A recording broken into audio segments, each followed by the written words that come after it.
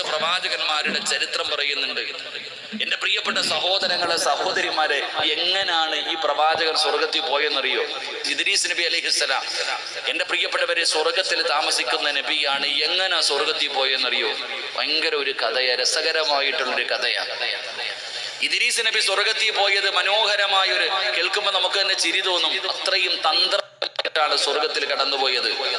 എന്റെ പ്രിയപ്പെട്ട സഹോദരങ്ങളെ, ചരിത്രം പറയുകയാണ്, ഇദ്രീസ് നബി അലിഹിസ്സലാമും അസ്റായിൽ അലിഹിസ്സലാമും തമ്മിൽ വലിയ കൂട്ടുകാരാ. ഇടയ്ക്കിടയ്ക്കൊക്കെ കാണാൻ വരും, ഇടയ്ക്കിടയ്ക്കൊക്കെ വരാറുണ്ട്. അങ്ങനെ ഒരിക്കൽ വന്നപ്പോ ചോദിച്ചു, അസ്റായിലെ, എനിക്കൊന്നും മരിക്കണം, ഈ മരണത്തിന്റെ വേദന എന്താണെന്ന് അറിയുന്നതിന് വേണ്ടിയാ. എനിക്കൊന്ന് മരിക്കണം, മരണത്തിന്റെ വേദന എന്താണെന്ന് എനിക്കറിയാൻ വേണ്ടിയാ.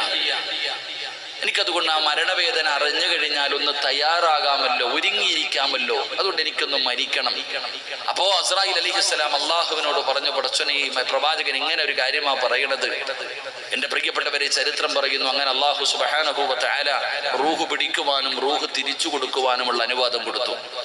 അങ്ങനെ ആ പ്രവാചകന്റെ റൂഹ് പിടിച്ചു, വല്ലാത്ത പ്രയാസവും വേദനയും റൂഹ് പിടിച്ചു. അത് കഴിഞ്ഞ് ജീവൻ തിരിച്ചു കൊടുത്തു. ചോദിച്ചു, നബിയെ, എങ്ങനെയുണ്ട് നബിയെ? വല്ലാത്ത ഭയാനകമാണ്. ഇദ്രീസ് നബി അലൈഹിസ്സലാം പറഞ്ഞു, വല്ലാത്ത വേദനയാ, ഒരു മനുഷ്യനും താങ്ങാൻ പറ്റില്ല മരണവേദന. അത് കഴിഞ്ഞപ്പോ പറഞ്ഞു, കുറെ കാലം കഴിഞ്ഞിട്ട് പറയുക, എനിക്ക് രണ്ടാമതൊരു ആഗ്രഹം കൂടെയുണ്ട്. എന്താണ് നബിയെ ആഗ്രഹം? എനിക്ക് അള്ളാഹുവിന്റെ നരകം ഒന്ന് കാണണം. പടച്ച റബ്ബിന്റെ അദാബുകൾ കൊണ്ട് നിറച്ച നരകം എനിക്കൊന്ന് കാണണം. ഇത് ഖുർആൻ പറഞ്ഞ, ഞാൻ വെറുതെ പറയണില്ല. ഈ പ്രവാചകൻ പറഞ്ഞു, എനിക്ക് നരകം ഒന്ന് കാണണം. അപ്പോഴും അസ്റായിൽ അലൈഹിസ്സലാം പറഞ്ഞു, ഇത് എന്റെ കയ്യിലല്ല, അള്ളാഹുവോട് തന്നെ ചോദിക്കണം. അതും അള്ളാഹുവിനോട് ചോദിച്ചു. അള്ളാഹു സുബ്ഹാനഹു വ തആല പറഞ്ഞു കൊടുത്തു, നരകം ഒന്ന് കാണിച്ചു കൊടുക്കാൻ. കൊണ്ടുപോയിട്ട് നരകം ഒന്ന് കാണിച്ചു കൊടുത്തു. എങ്ങനെയുണ്ട് നബിയെ? സുബ്ഹാനല്ലാഹ്, വല്ലാത്ത അത്ഭുതം. എന്ത് അദാബുകൾ കൊണ്ട് നിറച്ചതാണ് നരകം. ഒരു മനുഷ്യനും ഇത് താങ്ങാൻ കഴിയില്ല. രണ്ട് സഹായങ്ങൾ ചെയ്തു കൊടുത്തു. ഇദ്രീസ് നബി അവിടെ നിന്ന് മൂന്നാമതായിട്ട് പറഞ്ഞു, ഇനി ഒരാഗ്രഹം കൂടെയുള്ളൂ, ഇനി ഒരൊറ്റ ആഗ്രഹം കൂടെയുള്ളൂ. പറ്റില്ല എന്ന് പറയരുത്, ഇതുകൂടെ സാധിച്ചു തരണം. എന്താ? എനിക്ക് അള്ളാഹുവിന്റെ അനുഗ്രഹങ്ങൾ കൊണ്ട് നിറച്ച സ്വർഗം ഒന്ന് കാണണം. എനിക്ക് അള്ളാഹുവിന്റെ അനുഗ്രഹങ്ങൾ കൊണ്ട് നിറച്ച സ്വർഗം ഒന്ന് കാണണം. അതൊരു സാധാരണമായിട്ട് പറയേണ്ട കാര്യമല്ലല്ലോ, വല്ലാത്ത സ്വർഗമല്ലേ. അങ്ങനെ വല്ലാത്തൊരു ആഗ്രഹം പറഞ്ഞപ്പോ, ഇനി എന്നെ ഒഴിവാക്കരുത്, ഇതെന്റെ ആഗ്രഹമാണ്. അങ്ങനെ അള്ളാഹുവിനോട് ചോദിച്ചപ്പോ അള്ളാഹു സുബ്ഹാനഹു വ തആല പറഞ്ഞു, അത്രേ, ഒന്ന് കാണിച്ചു കൊടുക്കാൻ പറഞ്ഞു. അങ്ങനെ എന്റെ പ്രിയപ്പെട്ട സഹോദരങ്ങളെ, ചരിത്രം പറയുന്നു, ഇദ്രീസ് നബി അലൈഹിസ്സലാമും അസ്റായിൽ അലൈഹിസ്സലാമും കൂടെ സ്വർഗത്തിന്റെ മുന്നിലെത്തിയപ്പോ അവിടെ നിന്ന് പറഞ്ഞു, നബിയെ, എനിക്കകത്തോട്ട് കയറാൻ പ്രവേശനമില്ല. നിങ്ങൾ ധൈര്യമായിട്ട് കയറിപ്പോയി കണ്ടിട്ട് പെട്ടെന്ന് ഇറങ്ങി വരണം. നിങ്ങൾ സ്വർഗത്തിലേക്ക് കടന്നുപോയി കാണേണ്ടതൊക്കെ കണ്ടു പെട്ടെന്ന് ഇറങ്ങി വരണം. അങ്ങനെ അവിടെ നിന്ന് സ്വർഗത്തിലേക്ക് കടത്തിവിട്ടു. അങ്ങനെ ഇദ്രീസ് നബി അലൈഹിസ്സലാം അള്ളാഹുവിന്റെ സ്വർഗത്തിലെ കൊട്ടാരങ്ങളും സ്വർഗത്തിലെ അരുവികളും സ്വർഗത്തിലെ പഴങ്ങളും സ്വർഗത്തിലെ പദവികളും എല്ലാം ഇങ്ങനെ കണ്ടു നടക്കുക. അസ്റായിൽ അലൈഹിസ്സലാം പുറത്തിങ്ങനെ കാത്തു നിൽക്കുക. ഈ സ്വർഗത്തിൽ കയറിയ നബി ഇറങ്ങി വരണില്ല, കാണുന്നില്ല. ഒരുപാട് സമയം ഇങ്ങനെ കാത്തു നിന്ന് അവസാനം ഇറങ്ങി വരുന്നില്ല. ചരിത്രം പറയുന്നു, അവിടെ നിന്ന് വിളിച്ചു, നബിയെ, ഇറങ്ങി വാ നബിയെ. അപ്പൊ ഇദ്രീസ് നബി അലൈഹിസ്സലാം പറഞ്ഞു, ഞാൻ ഇറങ്ങി വരൂല. എത്ര വിളിച്ചിട്ട് ഇറങ്ങി വരണില്ല. അതാണല്ലോ ചില സ്ഥലത്ത് പോയി കഴിഞ്ഞാൽ അങ്ങനെ. സ്വർഗത്തിൽ കയറിയ പ്രവാചകൻ അവിടെ നിന്ന് ഇറങ്ങി വരുന്നില്ല. അവസാനം അങ്ങോട്ടും ഇങ്ങോട്ടും സംസാരമായി ഇത്രേ. ആ സമയത്ത് അല്ലാഹു സുബ്ഹാനഹു വ തആല ഒരു മലക്കിനെ പറഞ്ഞു വിട്ടു. എന്താ വിഷയം? മസ്ലഹത്തിന് പറഞ്ഞു വിട്ടു. അങ്ങനെ ഒരു മലക്ക് ഇറങ്ങി വന്നിട്ട് ചോദിച്ചു അസ്റായിലിനോട്, എന്താ ചങ്ങാതി, കാര്യങ്ങളൊക്കെ എന്താ? ഇതപ്പ ഇങ്ങനെയൊക്കെ പറഞ്ഞിട്ട് അകത്ത് കയറി പോയിട്ട് ഇറങ്ങി വരണ്ടേ? ഇത്ര നേരമായി. ഇങ്ങനെയൊക്കെ ആഗ്രഹങ്ങളൊക്കെ പറഞ്ഞു അകത്തു പോയി. ഇന്നതാണ് പ്രശ്നങ്ങളൊക്കെ പറഞ്ഞു കൊടുത്തു. അങ്ങനെ ഇദ്രീസ് നബി അലൈഹിസ്സലാമിന്റെ മുന്നിൽ ഈ മലക്ക് കടന്നു എന്നിട്ട് ചോദിച്ചു, എന്താ ഇറങ്ങി പോകാത്തത്? ഇതിപ്പോ ഒരു നായി ഓടിച്ചു വിടറോ? ചങ്ങാതി പേടിക്കണ്ട, അങ്ങ് ഓടിച്ചേരെ. അസ്ഹാബുൽ കഹഫിന് കാവലിരുന്ന നായിയും സ്വർഗത്തിലല്ലേ, പാലേക്കാൻ വന്നേയിരിക്കും. അങ്ങോട്ട് പോ. അപ്പൊ ഇദ്രീസ് നബി അലൈഹിസ്സലാം അവിടെ നിന്ന് പറഞ്ഞു, എന്താ ഇറങ്ങി പോകാത്തത്? 3 മറുപടിയാ പറഞ്ഞത്. ഖുർആൻ പറയുന്നുണ്ട് ഈ 3 കാര്യങ്ങൾ. ആ രംഗം പറയുന്ന സമയത്ത് എന്നിട്ട് 3 കാര്യങ്ങൾ അവിടെ നിന്ന് ഖുർആനിൽ നമുക്ക് കാണാം. എന്റെ പ്രിയപ്പെട്ടവരെ, ഇദ്രീസ് നബി അലൈഹിസ്സലാം പറഞ്ഞ മറുപടി, ഒന്നാമത്തെ മറുപടി ഖുർആൻ നമുക്ക് പഠിപ്പിച്ചു തരുന്നുണ്ട്. കുല്ലു നഫ്സിൻ ദാഇഖത്തുൽ മൗത്ത്. ഖുർആൻ പറയുന്നുണ്ട്, ലോകത്ത് കടന്നു വന്ന എല്ലാവരും മരണത്തിന്റെ വേദന അനുഭവിക്കുക തന്നെ ചെയ്യും. ഇദ്രീസ് നബി പറഞ്ഞ മറുപടി, ലോകത്ത് കടന്നു വന്ന എല്ലാവരും മരണത്തിന്റെ വേദന അനുഭവിക്കും. ഒരു വട്ടമല്ലേ മരിക്കത്തുള്ളൂ, 2 പ്രാവശ്യം മരിക്കത്തില്ലല്ലോ ആരും. ഒരാൾ ഒരു വട്ടമല്ലേ മരിക്കൂ, 2 പ്രാവശ്യം മരിക്കില്ലല്ലോ. അല്ല പറഞ്ഞിട്ടുണ്ട് മരണത്തിന്റെ വേദന എല്ലാവരും അനുഭവിക്കുമെന്ന്. ആ മരണത്തിന്റെ വേദന ഞാൻ അനുഭവിച്ചു, ഇനി എനിക്ക് ഒന്നുകൂടെ അനുഭവിക്കാൻ വയ്യ. രണ്ടാമതായിട്ട് ഇദ്രീസ് നബി പറഞ്ഞ മറുപടി, അല്ല പറഞ്ഞിട്ടുണ്ട് നരകം എല്ലാവരും അവരവരുടെ കണ്ണുകൊണ്ട് കാണുമെന്ന്. അള്ളാഹുവിന്റെ അദാബുകൾ കൊണ്ട് നിറച്ച നരകം എല്ലാവരും കാണുമെന്ന് അല്ല പറഞ്ഞിട്ടുണ്ട്. ഞാൻ എൻ്റെ കണ്ണുകൊണ്ട് നരകം കണ്ടു. 3 ഇദ്രീസ് നബി പറഞ്ഞ മറുപടി, സ്വർഗത്തിൽ കയറിയ ഒരാളെ അല്ല പിന്നെ ഇറക്കി വിടത്തില്ല. സ്വർഗത്തിന്റെ അകത്ത് കയറിയ ഒരാളെ അല്ല ഇറക്കി വിടത്തില്ല. അതുകൊണ്ട് ഇനി അല്ല ഇറക്കി വിടാതെ ഞാൻ ഇവിടെ നിന്ന് ഇറങ്ങൂല. ഇതാ ഇദ്രീസ് നബി പറഞ്ഞ മറുപടി. അവസാനം ചരിത്രം പറയുന്നു, അള്ളാഹുവിന്റെ തീരുമാന പ്രകാരമാണ് ഇതൊക്കെ സംഭവിച്ചതെങ്കിലും അള്ളാഹു പറഞ്ഞു ആ ചങ്ങാതി അവിടെ തന്നെ വിട്ടേക്കാൻ. അങ്ങനെയാണ് ആ പ്രവാചകൻ സ്വർഗത്തിൽ കയറി പറ്റിയത് എന്ന് ചരിത്രം പഠിപ്പിക്കുമ്പോ ഈ ചരിത്രം കേട്ട് ചിരിക്കണ വാപ്പ, നീ എങ്ങനെ പോകാനിരിക്കുക? അതാ മനസ്സിലാക്കേണ്ടത്. അപ്പൊ അത്ര എളുപ്പമുള്ള കാര്യമല്ല. അതുകൊണ്ട് എന്റെ പ്രിയപ്പെട്ട സഹോദരങ്ങളോട് സഹോദരിമാരോട് അല്ലാഹുവിനോട്, പടച്ചവനേ എനിക്ക് നീ സ്വർഗ്ഗം തരണേ അല്ലാ. നാളെ മുത്തുനബിയുടെ കൂടെ പടച്ചറപ്പിന്റെ സ്വർഗ്ഗത്തിലേക്ക് നിനക്ക് കടന്നു പോകാനുള്ള ഭാഗ്യമാ. അല്ലാഹുവിന്റെ പ്രവാചകൻ ഇത് പറയുമ്പോ സ്വഹാബത്ത് ചോദിക്കുന്നു, യാ റസൂലല്ലാഹ്, അല്ലാഹുവിന്റെ നബിയേ ഒന്ന് പറഞ്ഞു തരുമോ നബിയേ? 5 കാര്യങ്ങളൊന്ന് പറഞ്ഞു തരുമോ? അല്ലാഹുവിന്റെ റസൂലിനോട് സഹാബത്ത് ചോദിക്കുകയാ. ഒന്നാമത്തെ കാര്യം എന്തെന്നറിയുമോ? മറക്കല്ലേ സഹോദരാ, അല്ലാഹുവിന്റെ റസൂൽ അവിടെ നിന്ന് പറയുകയാണ്, അയ്യംന നഫ്സഹു മിനൽ മആസി. അല്ലാഹുവിന്റെ സ്വർഗ്ഗത്തിലേക്ക് കടന്നു പോകാറുള്ള ഒന്നാമത്തെ എളുപ്പവഴി എന്തെന്നറിയുമോ? പാപങ്ങളിൽ നിന്ന് നിന്റെ ശരീരത്തിന് നിനക്ക് സൂക്ഷിക്കാൻ കഴിയുമോ? തെറ്റുകൾ ചെയ്യുന്നതിൽ നിന്ന്, അല്ലാഹുവിന് ഇഷ്ടമില്ലാത്ത കാര്യങ്ങൾ ചെയ്യുന്നതിനെ തൊട്ട് നിന്റെ ശരീരത്തിന് നിനക്കൊന്ന് സൂക്ഷിക്കാൻ കഴിയുമോ? എന്റെ പ്രിയപ്പെട്ടവരെ, അല്ലാഹുവിന്റെ ഖുർആനാ പറഞ്ഞത്, വനഹൻ നഫ്സ അനിൽ ഹവാ ഫഇന്നൽ ജന്നത ഹിയൽ മഅവാ. അല്ലാഹുവിന്റെ ഖുർആനാ പറയുന്നത്, മോനെ വനഹൻ നഫ്സ അനിൽ ഹവാ ഫഇന്നൽ ജന്നത ഹിയൽ മഅവാ. എന്റെ ചെറുപ്പക്കാരോട് പറയുകയാണ്, എടാ നിനക്ക് സ്വർഗത്തിൽ കടന്നു പോകാൻ ആഗ്രഹമുണ്ടോ? നിന്റെ നഫ്സിനെ നീ ഒന്ന് നിന്റെ പരിധിയിലേക്ക് കൊണ്ടുപോടാ. അല്ലാഹുവിന് ഇഷ്ടപ്പെട്ട കാര്യങ്ങൾ മാത്രമേ നീ ചെയ്യാൻ പാടുള്ളൂ. നിനക്ക് തോന്നുന്നത് പോലെയല്ല ജീവിക്കേണ്ടത്. നീ എങ്ങനെയാണ് ജീവിക്കേണ്ടതെന്ന് പടച്ചറപ്പ് പറഞ്ഞു തരുന്നുണ്ട്. നിനക്ക് തോന്നുന്നത് പോലെ നടക്കാനല്ല, കള്ള് കുടിച്ച് പെണ്ണ് പിടിച്ച് പലിശ തിന്നുകൊണ്ട് നിസ്കരിക്കാതെ മതിമറന്നുകൊണ്ട് നടക്കാനല്ല. അല്ലാഹു പറയുന്നുണ്ട്, ഞാൻ പറയുന്നത് പോലെ നടക്കണമടാ. ഞാൻ പറയുന്നത് പോലെ നിന്നെ ഞാൻ സൃഷ്ടിച്ചിരിക്കുന്നത് തന്നെ എന്നെ വഴിപ്പെട്ട് ജീവിക്കുന്നതിന് വേണ്ടിയാണ്. ഞാൻ പറയുന്നത് അനുസരിക്കുന്നതിന് വേണ്ടിയാണ്. എനിക്ക് ഇബാദത്ത് ചെയ്യുന്നതിന് വേണ്ടിയാണ് നിന്നെ ഞാൻ സൃഷ്ടിച്ചിരിക്കുന്നത് എന്ന് പരിശുദ്ധമായ ഖുർആൻ വിടന്ന് പറഞ്ഞു തരുമ്പോ എന്റെ പ്രിയമുള്ള ചെറുപ്പക്കാരാ, എന്റെ പ്രിയപ്പെട്ട പെങ്ങള്, നിന്റെ മോഹങ്ങളും നിന്റെ സ്വപ്നങ്ങളും നിന്റെ ആഗ്രഹങ്ങളും നിന്റെ വികാരങ്ങളും നിന്റെ വിചാരങ്ങളും സർവ്വതും അല്ലാഹുവിന് ഇഷ്ടപ്പെട്ട വഴിയിലേക്ക് മാറ്റിവെക്കാൻ കഴിഞ്ഞാൽ, അല്ലാഹുവിനെ ഭയന്നുകൊണ്ട് ഈ ദുനിയാവിന്റെ തൊലിക്ക് മുകളിലൂടെ നിനക്ക് നടക്കാൻ കഴിഞ്ഞാൽ, പടച്ചറപ്പിന്റെ സ്വർഗം നിനക്ക് അല്ലാഹു തരുമടാ ചെറുപ്പക്കാരാ. എന്റെ പ്രിയപ്പെട്ട പെങ്ങള്, ഇന്നാർക്കാ അല്ലാഹുവിനെ പേടിയുള്ളത്? കൊറോണ എന്ന് പറയുന്ന ഒരു വൈറസായ രോഗം കടന്നു വന്ന എല്ലാ എല്ലാവർക്കും അതിനെ പേടിയാണ്. ഒരു വൈറസ് രോഗം കടന്നു വന്നപ്പോ എല്ലാവർക്കും രോഗത്തിനെ പേടിയാ. അള്ളാഹ് ആർക്കും അത്രയും പേടിയില്ല. അള്ളാഹു നമുക്ക് ഈമാൻ നൽകുമാറാകട്ടെ. അള്ളാഹു നമുക്ക് ഈമാൻ നൽകുമാറാകട്ടെ. മഹാനായ പ്രവാചകൻ നബി മുഹമ്മദ് മുസ്തഫ സല്ലല്ലാഹു അലൈഹി വസല്ലമ തങ്ങൾ പറഞ്ഞു, സ്വർഗം വേണോ? ഒന്നാമത്തെ കണ്ടീഷൻ, നിനക്ക് തോന്നുന്നത് പോലെ ജീവിച്ചാ പോരാ, നിനക്ക് ഇഷ്ടപ്പെടുന്ന രീതിയിൽ ജീവിച്ചാ പോരാ. എങ്ങനെ ജീവിക്കണമെന്ന് അള്ളാഹ് പറയുന്നുണ്ട്. നിന്റെ മോഹങ്ങളും നിന്റെ സ്വപ്നങ്ങളും നിന്റെ ആഗ്രഹങ്ങളും പലതും ശരീരം നിന്നോട് പറയും, ഒന്നും നീ അനുസരിക്കാൻ പാടില്ല. നിന്റെ ശരീരം നിന്നോട് പലതും പറയും, പല ആഗ്രഹങ്ങളെ കുറിച്ചും പല കാര്യങ്ങളെ കുറിച്ചും നിന്നോട് പറയും. അതെല്ലാം നമുക്ക് അനുസരിക്കാനുള്ള അവകാശമില്ല. ഒരു നിയമമുണ്ട്. ഒരു അള്ളാഹുവിന്റെ പരിശുദ്ധമായ ഖുർആൻ ഒരു നിയമം വെച്ച് തന്നിട്ടുണ്ട്. മഹാനായ പ്രവാചകൻ സല്ലല്ലാഹു അലൈഹി വസല്ലമ തങ്ങൾ നീ ഇങ്ങനെയേ ജീവിക്കാൻ പാടുള്ളൂ എന്ന് പഠിപ്പിച്ചു തന്ന് കാണിച്ചു തന്നിട്ടുണ്ട്. അതുപോലെ ജീവിക്കണം. എന്റെ പ്രിയപ്പെട്ടവരെ, അള്ളാഹുവിന്റെ പരിശുദ്ധമായ ഖുർആൻ നോക്ക്. ഇന്നാ ഹദൈനാഹു സബീല ഇമ്മാ ശാകിറൻ വ ഇമ്മാ കഫൂറ. പരിശുദ്ധമായ ഖുർആൻ പറയുന്നുണ്ട്, ഒരു മനുഷ്യന് പ്രായപൂർത്തിയായി കഴിഞ്ഞാൽ, ആ പ്രായപൂർത്തിയായവരോട് അള്ളാഹു പറയുന്നുണ്ട്, ഇത് സ്വർഗത്തിലേക്കുള്ള വഴി, ഇത് നരകത്തിലേക്കുള്ള വഴി, ഏത് വേണമെങ്കിലും തിരഞ്ഞെടുക്കാം. ഇന്നാ ഹദൈനാഹു സബീല ഇമ്മാ ശാകിറ വ ഇമ്മാ കഫൂറ. ഇത് സ്വർഗത്തിലേക്കുള്ള വഴിയാണ്.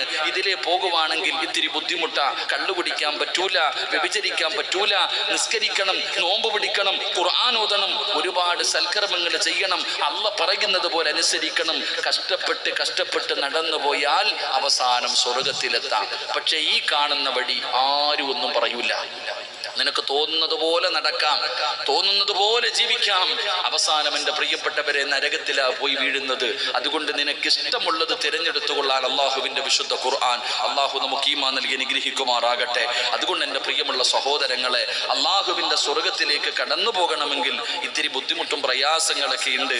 ജീവിതത്തിൽ എങ്ങനെ ജീവിക്കണം, എന്തൊക്കെ ചെയ്യണമെന്ന് പരിശുദ്ധമായ ഖുർആൻ 5 നേരം നിസ്കരിക്കണം. എൻ്റെ പ്രിയപ്പെട്ടവരെ, ശരീരം മറക്കണം. ഇസ്ലാം പറയുന്നുണ്ട് എങ്ങനെ ജീവിക്കണമെന്ന്. എൻ്റെ പ്രിയപ്പെട്ടവരെ, തെറ്റുകൾ ചെയ്യാനുള്ള അവസരങ്ങൾ ഒന്നിന് പുറകെ ഒന്നൊന്നായി ജീവിതത്തിലേക്ക് ഇങ്ങനെ കടന്നു വരും. പാപങ്ങൾ ഇന്ന് ചിന്തിച്ചു നോക്ക്. നമ്മൾ ജീവിക്കുന്ന ഇന്ന് പ്രവാചകന്മാർക്കോ ഉസ്താദന്മാർക്കോ ഇന്നൊന്നും പറയാൻ പറ്റാത്ത ഒരു കാലഘട്ടത്തിലാണ് നമ്മളുള്ളത്. പെണ്ണുങ്ങൾ എന്ത് തോന്നിമാസം കാണിച്ചാലും തലമറയ്ക്കാതെ നടന്നാലും അവർക്ക് എന്ത് കാണിച്ചാലും പറയരുത്. പറഞ്ഞു കഴിഞ്ഞാൽ എന്തിന്? നമ്മൾ ജീവിക്കുന്ന ഇന്ത്യ മഹാരാജ്യത്ത് പ്രായപൂർത്തിയായ ഒരു പെണ്ണ് അല്ലെങ്കിൽ വിവാഹം കഴിച്ചു കഴിഞ്ഞ ഒരു പെണ്ണ് അറിഞ്ഞുകൊണ്ട് സ്വമേധയാ നല്ല മനസ്സോടുകൂടി ഒരുത്തരമായിട്ട് കിടപ്പറ പങ്കിട്ടാലും കേസില്ലാത്ത കാലത്താണ് നമ്മൾ ജീവിക്കുന്നത്. അള്ളാഹു കാത്തിരക്ഷിക്കുമാറാകട്ടെ. എന്റെ പ്രിയമുള്ളവരെ, അള്ളാഹുവിനെ ഭയന്നുകൊണ്ട് ജീവിക്ക്, പരിശുദ്ധമായ ഖുർആൻ പറയുകയാ, എന്റെ പ്രിയപ്പെട്ട ചെറുപ്പക്കാരാ, അള്ളാഹുവിനെന്നുള്ള ഓർമ്മയോടുകൂടി ജീവിക്കണം. അള്ളാഹുവിനെ മറന്നുകൊണ്ട് നടക്കരുത്, വികാരങ്ങളെ കാണിച്ചുകൊണ്ട് നടക്കരുത്. എന്റെ പ്രിയപ്പെട്ട ചെറുപ്പക്കാരാ, നമ്മൾ വികാരമുള്ളവരാണ്, മോഹങ്ങളുള്ളവരാണ്, ആഗ്രഹങ്ങളുള്ളവരാണ്. പക്ഷേ ഇതെല്ലാം പടച്ചവന് വേണ്ടി മാറ്റിവെക്കാൻ കഴിയണം ചെറുപ്പക്കാരാ. അല്ലാഹുവിന്റെ പരിശുദ്ധമായ ഖുർആനുണ്ടല്ലോ, മഹാനായ സയ്യിദുനാ ഉമർ ഇബ്നുൽ ഖത്താബ് റളിയല്ലാഹു തആല നിന്നെ പോലെ നടന്നിരുന്ന യുവത്വത്തിന്റെ നടുവിലൂടെ നടന്നു പോയിരുന്ന ഒരു ചെറുപ്പക്കാരനുണ്ടല്ലോ. ആ ചെറുപ്പക്കാരന്റെ ഖബറിന്റെ ചാരത്തിരുന്നിട്ടാണ് ഉമർ ഇബ്നുൽ ഖത്താബ് റളിയല്ലാഹു തആല പറയുന്നത്. ഒരു ചെറുപ്പക്കാരന്റെ ഖബറിന്റെ ചാരത്തിരുന്നിട്ട് ഉമർ ഇബ്നുൽ ഖത്താബ് റളിയല്ലാഹു തആല പറയുകയാ, പൊന്നുമോനെ, വലിമൻ ഖാഫ മഖാമ റബ്ബിഹി ജന്നതാൻ. ഒരു ചെറുപ്പക്കാരന്റെ ഖബറിന്റെ ചാരത്തിരുന്നിട്ട് ഉമർ നിങ്ങൾക്ക് ആ ചെറുപ്പക്കാരനെ വല്ലാത്ത ഇഷ്ടമായിരുന്നു. ഉമർ നിങ്ങൾ ഒരു ചെറുപ്പക്കാരനെ ഇഷ്ടപ്പെടണമെങ്കിൽ അവൻ ആരായിരിക്കണമടാ പൊന്നുമോന്? ഉമർ നിങ്ങൾ ഇഷ്ടപ്പെട്ട ചെറുപ്പക്കാരൻ ആരെന്നറിയുമോ? എന്തുകൊണ്ടാണ് അവന്റെ ഖബറിന്റെ ചാരത്ത് പോയിരുന്നിട്ട്, എടാ നിനക്ക് 2 സ്വർഗമുണ്ടടാ, അല്ലാഹു നിനക്ക് 2 സ്വർഗമാണ് ഓഫർ ചെയ്തിരിക്കുന്നത് എന്ന് അതാ മയ്യത്ത് പള്ളിപ്പറമ്പിലെ ഖബറിന്റെ അകത്ത് ഇറക്കി വെച്ചിട്ട് അവന്റെ ഖബറിന്റെ ചാരത്തിരുന്ന് ഉമർ തങ്ങൾ പറയാറുള്ള കാരണം എന്തെന്നറിയുമോ? എന്റെ പ്രിയപ്പെട്ട യുവത്വമേ, ഉമർ ഇബ്നുൽ ഖത്താബ് ഖത്താബ് റളിയല്ലാഹു തആല അൻഹു ആ ചെറുപ്പക്കാരനോട് വല്ലാത്ത സ്നേഹമായിരുന്നു. അതിന്റെ കാരണം എന്തെന്നറിയുമോ? 5 വഖത്ത് പള്ളിയുടെ മിനാരത്തിൽ നിന്ന് ബാങ്ക് വിളിക്കുമ്പോ ഒന്നാമത്തെ സഫിൽ കാണുമായിരുന്നു.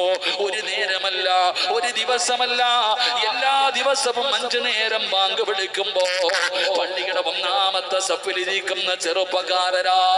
അതുകൊണ്ട് ഉമർ നിങ്ങൾക്ക് വല്ലാത്ത ഇഷ്ടമായിരുന്നു.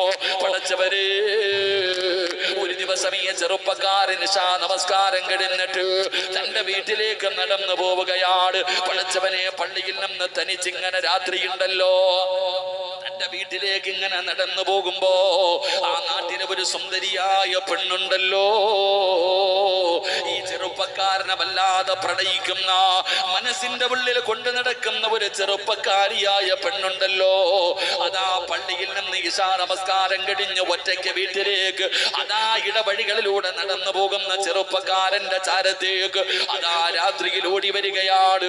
ഓടി വന്നിട്ട് ആ ചെറുപ്പക്കാരൻ തന്റെ മാറിടത്തിലേക്ക് ചേർത്ത് പിടിച്ചിട്ട് ആ പെണ്ണ് പറയുന്നു, എടാ പൊന്നുമോനെ,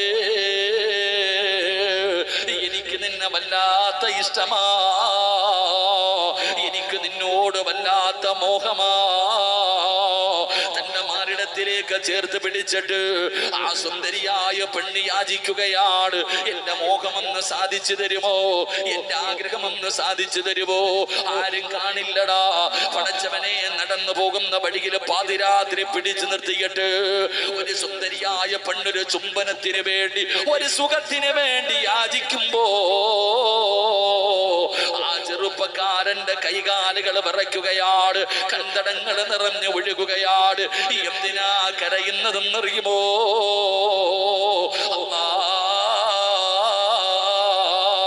ഖസ്റത് ദുനിയാ വല്ലാഖിറ, എന്റെ ദുനിയാവും ആഖിറവും പോയല്ലോ അല്ലാ, ഞാൻ വ്യഭിചാരിയായി പോയല്ലോ അല്ലാ, ഞാൻ നരകത്തിന്റെ അവകാശിയായല്ലോ അല്ലാ, മുത്തുനബി കിടക്കുന്ന സ്വർഗം ഞാൻ കളഞ്ഞല്ലോ അല്ലാ.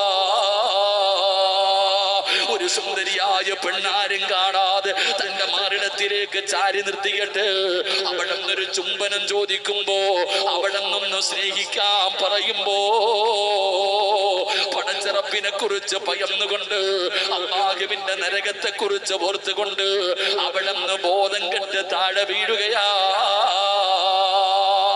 പടച്ചവനെ, പെണ്ണോടി രക്ഷപ്പെടുകയാണ്. ബോധമില്ലാതെ വഴിയിൽ കിടക്കുന്ന ചെറുപ്പക്കാരൻ ആരോ അവസാനം അതിലൂടെ നടന്നു വന്നവര് ഈ ചെറുപ്പക്കാരനെ ചുമന്നുകൊണ്ട് വീട്ടിലേക്ക് കൊണ്ടുപോയി. അല്ലാഹുവേ, പ്രായം ചെന്ന പിതാവിന്റെ മുന്നിലേക്ക് തന്റെ പൊന്നാര മകന്റെ ചലനമറ്റ ശരീരം കൊണ്ടുവന്ന് കിടത്തുകയാ. അവസാനം അവിടെ നിന്ന് ബോധം വന്നു. വാപ്പാരെ കെട്ടിപ്പിടിച്ചിട്ട് കരയുന്നു, വാപ്പാ, ഞാൻ നരകത്തിന്റെ അവകാശിയാ, സ്വർഗം നഷ്ടപ്പെട്ടു പോയി, ഞാൻ വ്യഭിചരിച്ചു വാപ്പാ, ഞാൻ വ്യഭിചരിച്ചു വാപ്പാ. പടച്ചവനെ അവിടെ നിന്ന് ചോദിക്കുന്നു, എന്തേ പൊന്നുമോനെ സംഭവിച്ചത്? വാപ്പാ, നമസ്കാരം കഴിഞ്ഞ് വീട്ടിലേക്ക് വരുന്ന വഴിയിൽ ഒരു പെണ്ണെന്നെ കേറി പിടിച്ചു വാപ്പാ. നടന്നത് മുഴുവനും പൊട്ടിക്കരന്നുകൊണ്ട് പറഞ്ഞു കൊടുക്കുമ്പോ പിതാവ് പറഞ്ഞു, നീ കരയല്ലേ, എന്തിനാ മോനെ നീ കരയുന്നത്? നീ പാപം ചെയ്തില്ലല്ലോ, ആ പെണ്ണ് നിന്നെ ഇങ്ങോട്ട് കയറി പിടിച്ചതല്ലേ, നീ അങ്ങോട്ട് കയറി പിടിച്ചതല്ലല്ലോ. എന്റെ മോൻ അല്ലാഹുവിനെ പേടിയുള്ളവനല്ലേ, അതുകൊണ്ടല്ലേ നിലവിളിച്ചുകൊണ്ട് താഴേക്ക് പിടഞ്ഞു വീണത്. അതുകൊണ്ട് എന്റെ മകന്റെ ഭാഗത്ത് തെറ്റില്ല, എന്റെ പൊന്നുമോന്റെ ഭാഗത്ത് തെറ്റില്ല. വാപ്പ സമാധാനിപ്പിക്കുകയാ. പക്ഷേ നിലവിളിയാണ്, വീടിന്റെ അകത്ത് കിടന്ന് നിലവിളിയാണ്. പടച്ചവനെ, ഞാൻ പാപം ചെയ്തു പോയെന്ന് പറഞ്ഞുകൊണ്ട് തന്റെ വീടിന്റെ അകത്ത് കിടന്ന് കരയുമ്പോ വാപ്പ ഒരുപാട് സമാധാനിപ്പിച്ചു. പക്ഷേ അംഗീകരിക്കുന്നില്ല. അവസാനം പറഞ്ഞു, വാപ്പാ, സയ്യിദുനാ ഉമർ ഇബ്നുൽ ഖത്താബ്, ഉമർ തങ്ങളോട് പോയി മസല ചോദിക്ക്, ഉമർ തങ്ങളോട് പോയി മസല ചോദിക്ക്. എന്റെ പ്രിയപ്പെട്ട ചെറുപ്പക്കാരാ, അവസാനം തന്റെ തന്റെ പൊന്നുമകന് മരിച്ചു പോകുമെന്ന് ഭയപ്പെട്ടപ്പോ അതുപോലെ കിടന്ന് നിലവിളിക്കുകയാണ്. തന്റെ പൊന്നാര മകൻ നെഞ്ചുപൊട്ടിയിട്ട് മരിച്ചു പോകുമെന്ന് ഭയന്നുകൊണ്ട് ആ പിതാവ് മഹാനായ ഉമർ ഇബ്നുൽ ഖത്താബ് റളിയല്ലാഹു തആല അൻഹുവിന്റെ ചാരത്തേക്ക് കടന്നു ചെന്നിട്ട് നടന്ന സംഭവങ്ങൾ മുഴുവനും പറഞ്ഞു കൊടുക്കുമ്പോ ഉമർ തങ്ങൾ പറഞ്ഞു, അല്ലാഹു അവന് പുറത്തു കൊടുക്കട്ടെ, അവന്റെ കയ്യിലെ തെറ്റില്ലല്ലോ. അല്ലാഹുവേ, പിതാവിന് വല്ലാത്ത സന്തോഷമായി. പടച്ചവരെ, വീട്ടിലേക്ക് മടങ്ങി വരുമ്പോ കണ്ടവരുടെ കൂടെ കിടന്ന് വ്യഭിചരിച്ചിട്ട് ഒരു നാണമില്ലാതെ, മനസ്സിന്റെ ഉള്ളിൽ ഒരു ഭയമില്ലാതെ എടാ വീട്ടിലേക്ക് കടന്നു വരുന്ന ചെറുപ്പക്കാരാ, ഭർത്താവിനെ വഞ്ചിക്കുന്ന പെങ്ങള്, ഒരല്പ സുഖത്തിന് വേണ്ടി സർവ്വതും മറക്കുന്ന പെങ്ങള്, ആ ചെറുപ്പക്കാരന്റെ വീട്ടിലേക്ക് ആ പിതാവ് നടന്നു വരുമ്പോ കാണുന്ന കാഴ്ച എന്തെന്നറിയോ? തന്റെ പൊന്നാര മകൻ നെഞ്ചു പൊട്ടിയിട്ട് മരിച്ചു കിടക്കുകയാ. എന്തിനാടാ മരിച്ചത്? പള്ളിയിൽ നിന്ന് വീട്ടിലേക്ക് മടങ്ങി പോകുന്ന വഴിയില് ഒരു പെണ്ണിങ്ങോട്ട് കയറി വന്ന് ശരീരത്തിൽ പിടിച്ചു പോയതിന്റെ പേരില് അല്ല എന്നെ നരകത്തിലിടുമോ? ഞാൻ നരകത്തിന്റെ അവകാശിയാണോ? ഞാൻ എങ്ങനെ വ്യഭിചാരിയെ പോലെ റബ്ബിന്റെ മുന്നിൽ പോയി നിൽക്കും? അല്ലാഹുവിന്റെ സ്വർഗ്ഗം എനിക്ക് നഷ്ടപ്പെട്ടു പോയല്ലോ എന്ന് ഓർത്തിട്ട് കരഞ്ഞ് കരഞ്ഞ് കരഞ്ഞ് മരിച്ചു കിടക്കുകയാ. ഈ ചെറുപ്പക്കാരന്റെ ജനാസയാണ് പള്ളിയിൽ കൊണ്ടുപോയി നമസ്കാരം കഴിഞ്ഞിട്ട് പള്ളിപ്പറമ്പിലെ കബറിന്റെ അകത്ത് ഇറക്കി വെക്കുമ്പോ ഉമർ തങ്ങൾ പറയുകയാ, പൊന്നുമോനെ, വലിമൻ ഖാഫ മഖാമ റബ്ബിഹി ജന്നതാ, നിനക്ക് രണ്ട് സ്വർഗമുണ്ടടാ, നിനക്ക് രണ്ട് സ്വർഗമുണ്ടടാ. എന്തിന്റെ പേരിലെന്നറിയുമോ? പാപം ചെയ്യാൻ അവസരം കിട്ടിയപ്പോ, തെറ്റ് ചെയ്യാൻ അവസരം കിട്ടിയപ്പോ, അതിൽ നിന്ന് പിന്തിരിഞ്ഞപ്പോ അല്ലാഹു പറയുകയാ, തെറ്റ് ചെയ്യാൻ അവസരം കിട്ടുന്ന സമയത്ത് എന്നെ പേടിച്ചുകൊണ്ട് ആ തെറ്റിൽ നിന്ന് പിന്തിരിഞ്ഞാൽ മഖാമ റബ്ബിഹി ജന്നതാ, നിസ്കരിച്ചവനൊരു സ്വർഗമേ ഉള്ളൂ, ഖുർആൻ പഠിച്ചവനൊരു സ്വർഗമേ ഉള്ളൂ, സദഖ കൊടുത്തവനൊരു സ്വർഗമേ ഉള്ളൂ, ഹജ്ജ് ചെയ്തവനൊരു സ്വർഗമേ ഉള്ളൂ. പക്ഷെ അല്ല പറഞ്ഞത് എന്തെന്നറിയോ? എന്നെ ഭയന്നുകൊണ്ട് പാപങ്ങളിൽ നിന്ന് പിന്തിരിഞ്ഞ അവന് ഞാൻ രണ്ട് സ്വർഗം തരാ. രണ്ട് സ്വർഗമാ അല്ല ഓഫർ ചെയ്യുന്നത്. അതുകൊണ്ട് ചെറുപ്പക്കാരാ, അല്ലാഹുവിനെ ഭയക്കമടാ, അല്ലാഹുവിനെ ഭയന്ന് ജീവിക്ക്. നീ നിന്റെ ശരീരത്തെ സൂക്ഷിക്ക്, നീ നിന്റെ ഗുഹ്യഭാഗത്തെ സൂക്ഷിക്ക്, നീ നിന്റെ കണ്ണുകളെ സൂക്ഷിക്ക്. കണ്ണുകളെ സൂക്ഷിക്കാത്ത കാലവാ. സ്വർഗം വേണോ? സ്വർഗം വേണോ? അല്ലാഹുവിന്റെ പ്രവാചകൻ പറയുകയാണ്, നിന്റെ കണ്ണുണ്ടല്ലോ. പരിശുദ്ധമായ ഖുർആൻ മഹാനായ നബി മുഹമ്മദ് മുസ്തഫ സല്ലല്ലാഹു അലൈഹി വസല്ലമ തങ്ങൾ പറയുന്നു, അല്ലാഹുവിനെ ഭയന്ന് ജീവിക്ക്. ഇന്നത്തെ കാലഘട്ടത്തിൽ തെറ്റ് ചെയ്യാൻ ഒരു കുഴപ്പമില്ല, തെറ്റ് ചെയ്യാൻ ഒരു കുഴപ്പവുമില്ല, തെറ്റ് ചെയ്യാൻ ആർക്കും ഒരു മടിയുമില്ല. ഇന്ന് തെറ്റാണെന്ന് പോലും നമ്മളിൽ പലരും പല കാര്യങ്ങൾ സമ്മതിക്കുന്നില്ല. അള്ളാഹു നമുക്ക് ഈ തരുമാറാകട്ടെ. ഇന്ന് ഇതൊക്കെ പാപമാ, ഇതൊക്കെ തെറ്റാണെന്ന് പറഞ്ഞാൽ ആ പറയുന്നവനെ നാണം കെടുത്തുന്ന കാലം. ഇത് ഏതെങ്കിലും ഉസ്താദന്മാര് പള്ളിയിൽ കയറി നിന്നിട്ട് പറയും, നീ അങ്ങനെ ചെയ്യരുത്, അങ്ങനെ കാണരുത്, അന്യ കാണുന്നത് ഹറാമ, അന്യ പെണ്ണിനെ കാണുന്നത്, അന്യ പെണ്ണിന്റെ ശരീരം കാണുന്നത്, അന്യ പുരുഷന്റെ ശരീരം കാണുന്നത് പാപമാ, ഇതിലൂടെ നീ നരകത്തിൽ പോകും. ആരെങ്കിലും പാപമാണെന്ന് അംഗീകരിക്കുന്നുണ്ടോ? എന്റെ പ്രിയപ്പെട്ട സഹോദരങ്ങളെ, ഈ സദസ്സിലിരിക്കുന്നത് പരിശുദ്ധമായ ദീൻ പറയുന്നു, എടാ, ഒരു അന്യ പെണ്ണും മരിച്ചു പോയാൽ അവളുടെ മയ്യത്ത് കാണാൻ പാടില്ല. അള്ളാഹുവിന്റെ ദീൻ പഠിപ്പിച്ച നിയമമാണ്. ഒരു പെണ്ണും മരിച്ചാൽ ഒരു അന്യ പുരുഷൻ ആ പെണ്ണിന്റെ മയ്യത്ത് കാണരുത്. ഒരു അന്യ പുരുഷൻ മരിച്ചാൽ ആ പുരുഷന്റെ മയ്യത്ത് അന്യ പെണ്ണ് കാണാൻ പാടില്ല. ഇതാ ദീൻ. സലാം പറയാൻ പാടുണ്ടോ? ഇസ്ലാമിന്റെ നിയമം നിങ്ങൾ നോക്ക്. ഒരു പെണ്ണ് ഒരു അന്യ പുരുഷനോട് സലാം പറയാൻ പാടുണ്ടോ? ഒരു അന്യ പുരുഷൻ ഒരു പെണ്ണിനോട് സലാം പറയാൻ പാടുണ്ടോ? ഇസ്ലാമിന്റെ നിയമം എടുത്തു നോക്ക്. വ്യഭിചരിക്കുന്നതും ബാക്കിയൊക്കെ പോകട്ടെ, ഒരു സലാം എന്ന് പറഞ്ഞാൽ തന്നെ ദുആയ നബി മുഹമ്മദ് മുസ്തഫ ഉറക്കെ നബി മുഹമ്മദ് മുസ്തഫ. ഒരു സലാം പറയാൻ പാടില്ലല്ലോ. ഒരു പെണ്ണ്, ഈ നാട്ടിലെ ഏതെങ്കിലും ഒരു പെണ്ണിന് ഈ ഇരിക്കുന്ന ഏതെങ്കിലും ഒരു ചെറുപ്പക്കാരനെ കാണുമ്പോൾ അസ്സലാമു അലൈക്കും വറഹ്മത്തുള്ളാഹി തആല വബറകാതുഹു എന്ന സലാം പറയാൻ പാടില്ലല്ലോ. മരിച്ച മയ്യത്ത് കാണാൻ പാടില്ലല്ലോ. ഇതൊക്കെ പറയുമ്പോ നമ്മൾ ഇന്നത്തെ കാലഘട്ടങ്ങളിൽ പടച്ചവനെ എന്താപ്പാ TV കാണാൻ പാടില്ല എന്ന് എല്ലാരും പറയുന്നു. എന്നാൽ ആരുടെയെങ്കിലും ഈ സദസ്സിൽ വീട്ടിൽ TV ഇല്ലാത്തവരൊന്ന് കൈപൊക്കിക്കും. ബാക്കിയുള്ളവരുടെ വീട്ടിൽ ബറക്കത്തിന് വെച്ചിട്ടുണ്ട് 2 എണ്ണം, തലകണ എത്ര, ബെഡിന്റെ എത്രയുള്ള TV.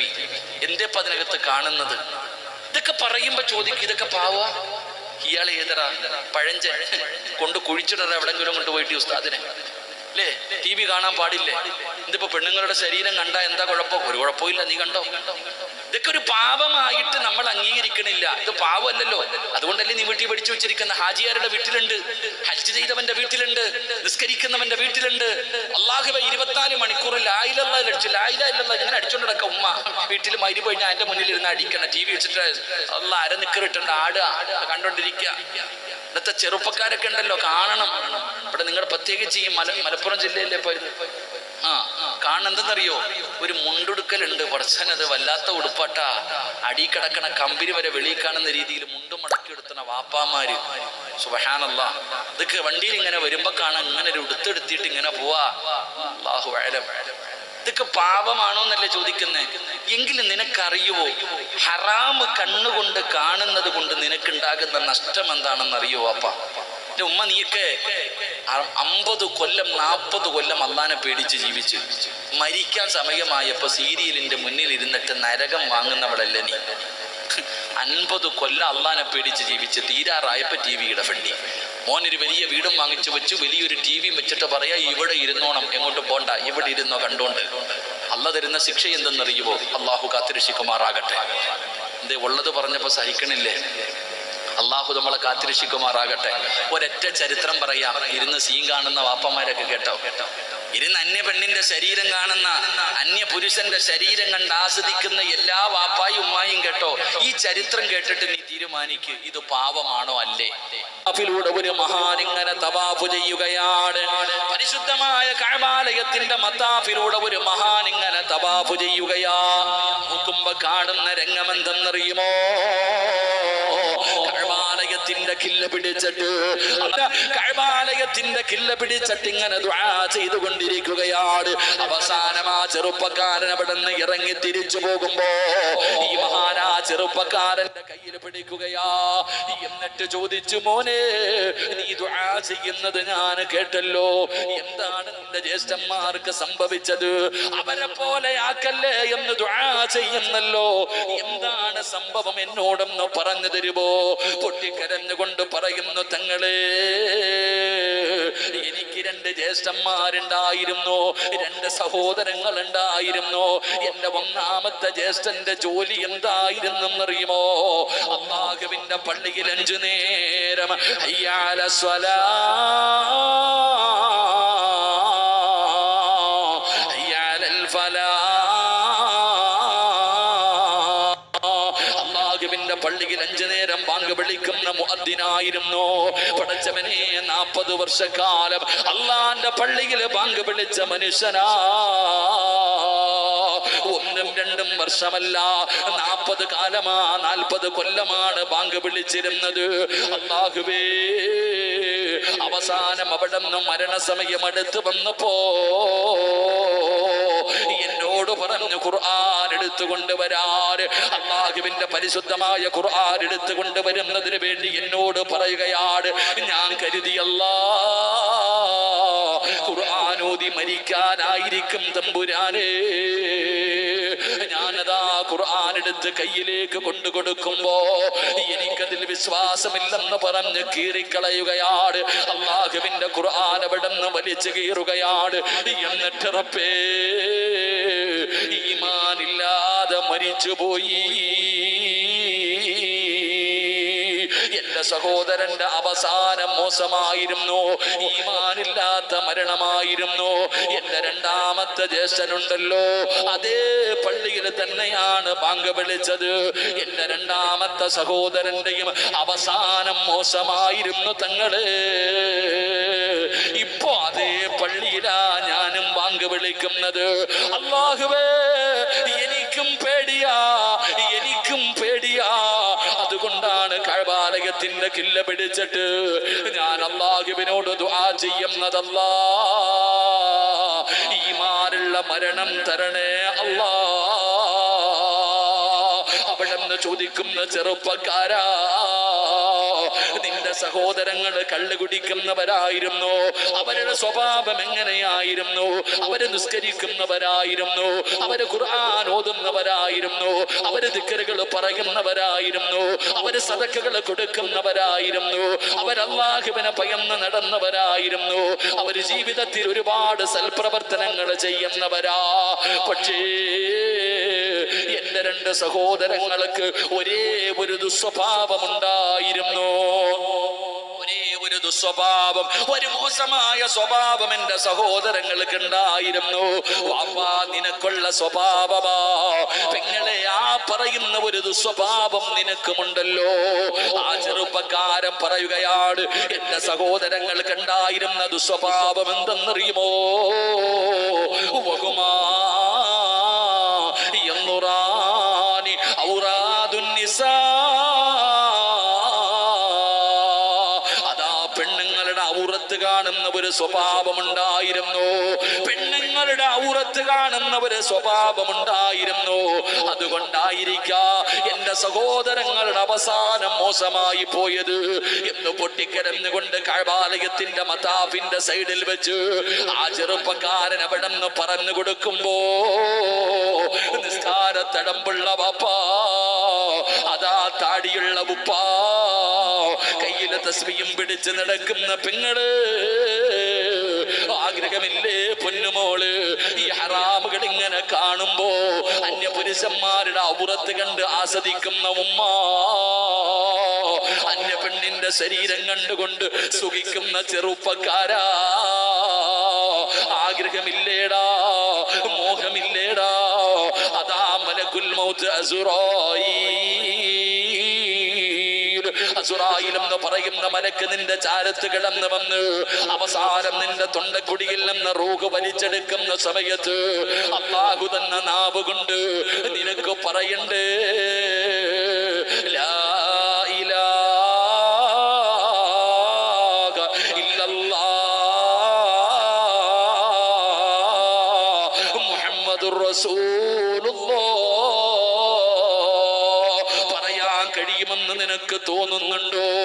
പറയാ കഴിയുമെന്ന് അല്ലാഹുവിന്റെ മലക്കുകൾ ഇങ്ങനെ കടന്നു വരുമ്പോ ആ മരണത്തിന്റെ അവസാന സമയത്ത് ഷഹാദത്ത് കലിമ പറയാ കഴിയുമെന്ന് അല്ലാഹുവിന്റെ അനുഗ്രഹങ്ങൾ കൊണ്ട് നിറച്ച സ്വർഗമുണ്ടല്ലോ, മലക്കുകൾ കണ്ണിന്റെ മുന്നിൽ കൊണ്ടുവന്ന് കാണിക്കുമ്പോ ആ സ്വർഗം നിനക്ക് കാണാൻ പറ്റുമെന്ന് നിനക്ക് തോന്നുന്നുണ്ടോ?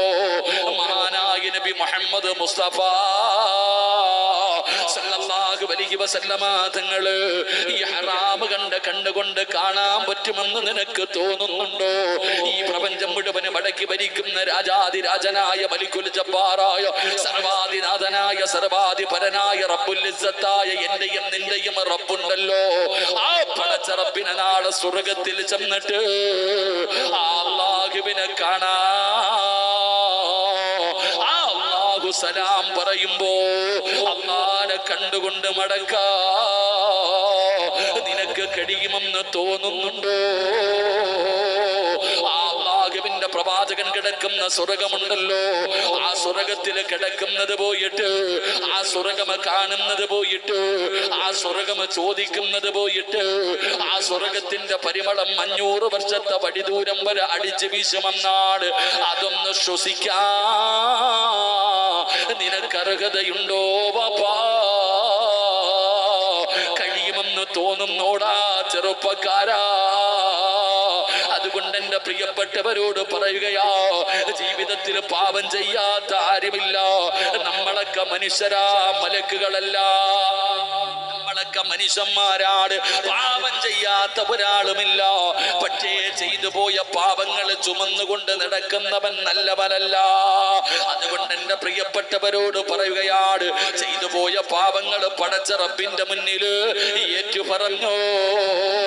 ഇനി തെറ്റ് ചെയ്യാൻ അവസരം കിട്ടുമ്പോ ഇന്നി അഖാഫുല്ലാഹ്. യൂസുഫ് നബി അലൈഹിസ്സലാം, സുലൈഖ എന്ന് പറയുന്ന ഈജിപ്തിന്റെ ഭരണാധികാരിയുടെ പ്രിയപ്പെട്ട ഭാര്യയുണ്ടല്ലോ, അതാ ഒരുങ്ങിയിരുന്നിട്ട് യൂസുഫ് എന്ന് പറയുന്ന ചെറുപ്പക്കാരൻ തന്റെ മാറിടത്തിലേക്ക് ചേർത്ത് പിടിച്ചിട്ട് അവിടെ നിന്ന് യാചിക്കുമ്പോ യൂസുഫ് നബി പറഞ്ഞ മറുപടി ഇന്നി അഖാഫുല്ലാഹ്, എനിക്ക് അല്ലാഹുവിനെ പേടിയാ. എന്ന് പറയുന്ന ചെറുപ്പക്കാരന് രാജാവിന്റെ പൊന്നാരമകള് കൊട്ടാരത്തിന്റെ മണിയറയ്ക്കകത്ത് വിളിച്ചു കയറ്റിയിട്ട് ഉടുതുണി ഉരിഞ്ഞിട്ട് തന്റെ ശരീരം കാണിച്ചിട്ട് എന്റെ ആഗ്രഹമൊന്ന് സാധിച്ചതാടാ, ഈ 4 ചുമലുകൾക്കുള്ളിൽ കിടന്ന് എന്ത് ചെയ്താൽ ഒരാളും അറിയില്ലല്ലോ എന്നവിടെ കിടന്ന് യാചിച്ചപ്പോ യാഫി എന്ന് പറയുന്ന ചെറുപ്പക്കാരനാ പറഞ്ഞു കൊടുത്തത്, ആര് കണ്ടില്ലെങ്കിലും അല്ല കാണുമല്ലോ. ഇന്നി അഖാഫുല്ലാഹ്.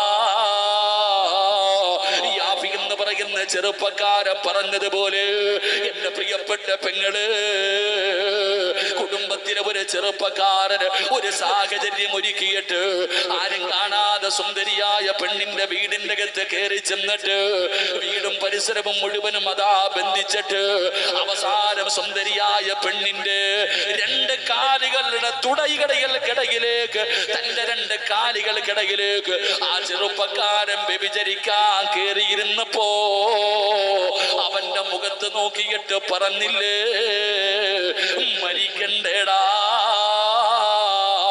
ഇന്നി അഖാഫുല്ലാഹ്, എനിക്ക് അല്ലാഹുവിനെ പേടിയാ.